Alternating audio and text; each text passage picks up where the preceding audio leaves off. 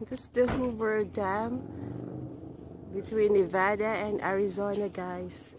That is Nevada. Here is Arizona. See how magical that one, guys? Look at the construction there, that road there. Here. And that road there. Amazing construction. American design.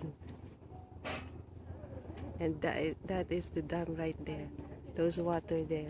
And it's receding and receding because of California people getting water out from there.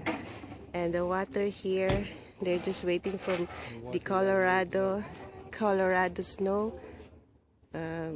Goes to the streams, downstreams, and goes that way. So right now they're in water conservation here in Nevada. And you see that building there, guys? You can have a coffee shop. It's a coffee shop right there. Yeah, and there's an elevator there. Wow. And look, that's the part of the bridge that we passed by a while ago. Wow, look at that. A lot of grid, electric grid. Yeah. And that one is a bunker for the soldiers to look after the dam. That little thing there. Yeah. Wow, look at that, guys. It's really amazing when you're here.